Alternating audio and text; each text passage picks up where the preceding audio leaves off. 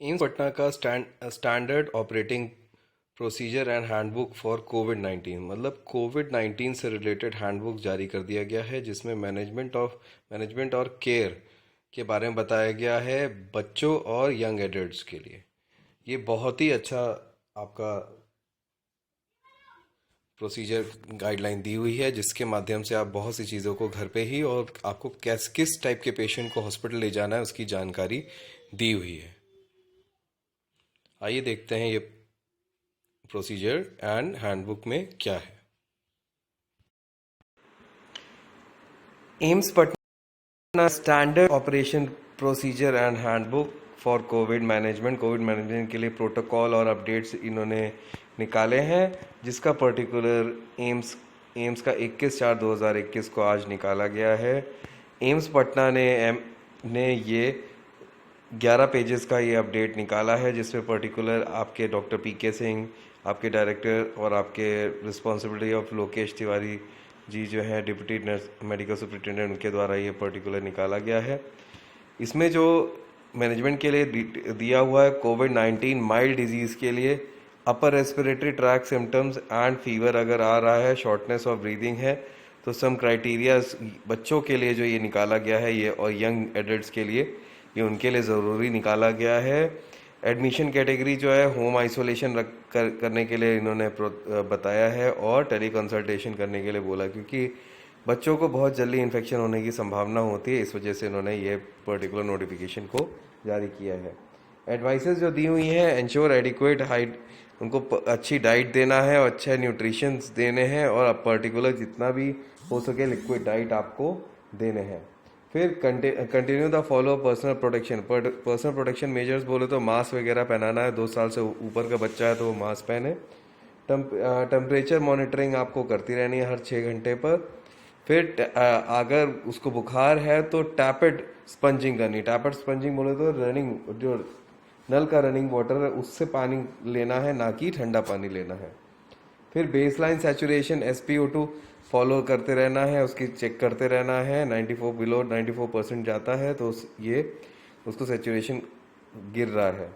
फिर गार्गल कराते रहना है उनको, बच्चों को क्लोरहेक्सिडाइन माउथ वॉश से आपको गार्गल कराते रहना है बच्चों का, जिससे कि उनके स्टीम उनको माउथ वॉश होता रहे। साथ ही स्टीम रहना है ट्वाइस अ डे आपको दिन में।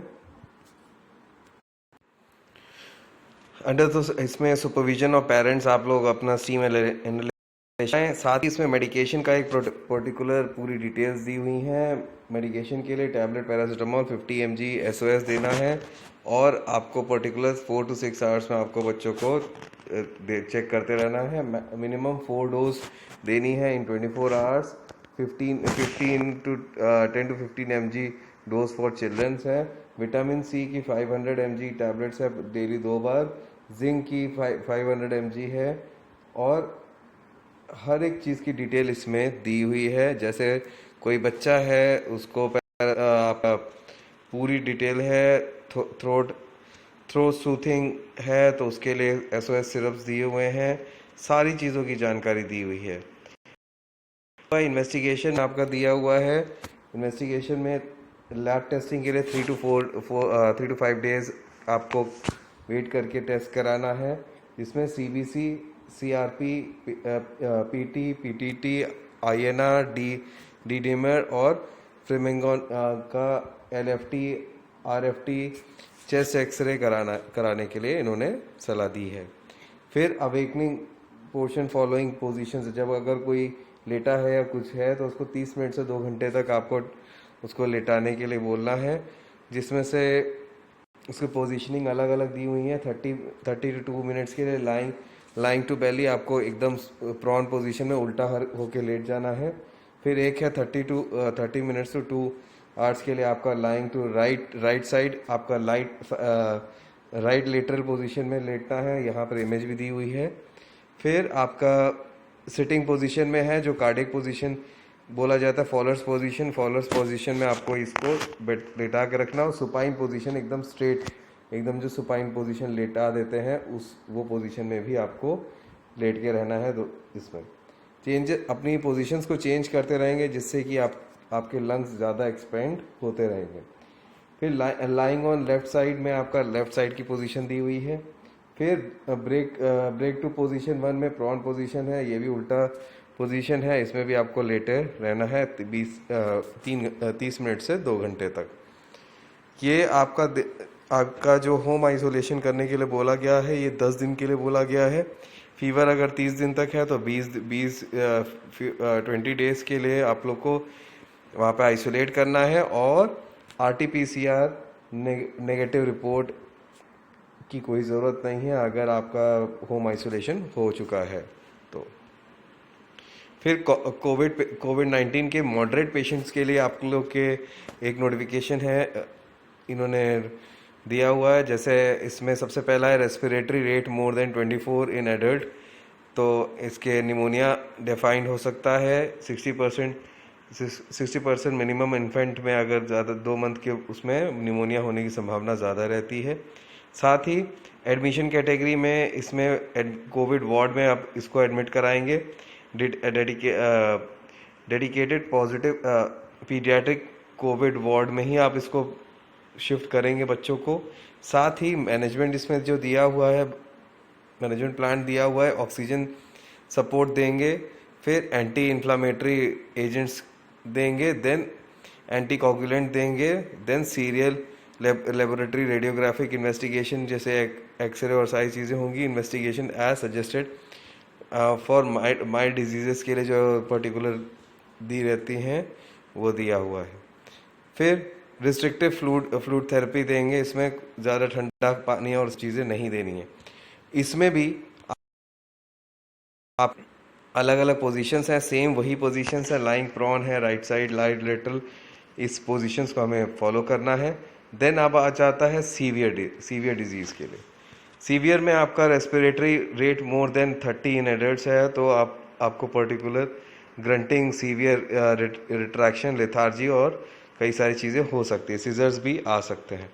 साथ ही critical diseases such as ARD, sepsis, septic shock, MODs, acute thrombosis, MICS children में ज़्यादातर हो सकता है। SpO2 अगर 90 से कम हो रहा है तो आप उसको तुरंत का तुरंत उसे एडमिशन कराएं और कोविड ICU में एडमिट कराने की कोशिश करें। कंसिडर आपका मैकेनिकल वेंटिलेशन ज़्यादातर उसको करेंगे। इसे प्रॉन वेंटिलेशन एज फेसिबल, इसे प्रॉन पोजीशन में कराएंगे वेंटिलेशन। एंटी इन्फ्लामेटरी एजेंट्स देंगे, एडिशनल एंटीबायोटिक्स देंगे, इम्यूनोमॉड्यूलेशन देंगे, देन एंटी कोगुलेशन देंगे, रिस्ट्रिक्टिव फ्लूइड थेरेपी देंगे क्योंकि इसमें ज़्यादा ठंडा नहीं दे सकते, कई सारी चीज़ें नहीं देंगे। फिर सपोर्ट मेजर्स में आपका सेप्टिक शॉक में जा सकता है, सिमिलर प्रोटोकॉल इसमें अपनाएंगे।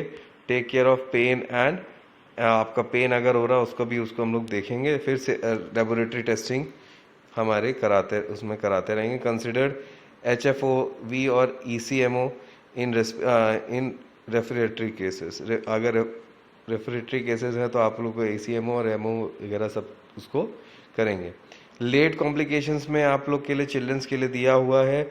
लेट कॉम्प्लिकेशंस होता है रैश एंड आपका लिबरेटेड नॉन प्यूरुलेंट कंजक्टिवाइटिस है तो और म्यूकस और उसमें इन्फ्लामेशन साइंस होंगे। ओरल और हैंड और फीट में आपका ब्रूशेस एंड ब्लर आ सकते हैं। फिर हाइपोटेंशन और शॉक में बचा जा सकता है। फिर फीचर्स ऑफ मायोकार्डियल और डिसइंफेक्शन और पेरिकार्डियाटिस और कोरोनरी एबनॉर्मलिटीज़ हो सकती हैं। फिर एविडेंस में आपका कोगुलोपैथी बाय PT और PPT आपका के द्वारा आपको पता कराया जा सकता है। एक्यूट गैस्ट्रोइंटेस्टाइनल प्रॉब्लम हो सकता है, सबसे ज़्यादा बच्चों में पाया जाता है। डायरिया, वॉमिटिंग और एब्डोमिनल पेन हो सकता है जिसमें बच्चा ना खाना खाएगा ना कुछ पिएगा। फिर elevated markers and inflammatory such as PSR और रिएक्शन ऑफ प्रोटीन और कई सारी चीज़ें दिखाएंगे। ये सारी चीज़ें बच्चों में पाई जा सकती हैं। प्लीज़ अपने बच्चों का ध्यान रखें, साथ ही बाहर की चीज़ों को ना खाएं। ट्रायल इन्वेस्टिगेशन जो आपका दिया हुआ है, CRP दिया है, at least one of the following lymphopenia का पर्टिकुलर टेस्टिंग कराएंगे, थ्रोम्बोसाइटोपीनिया का, फिर हाइपोट्रेमिया का पर्टिकुलर टेस्ट करा सकते हैं।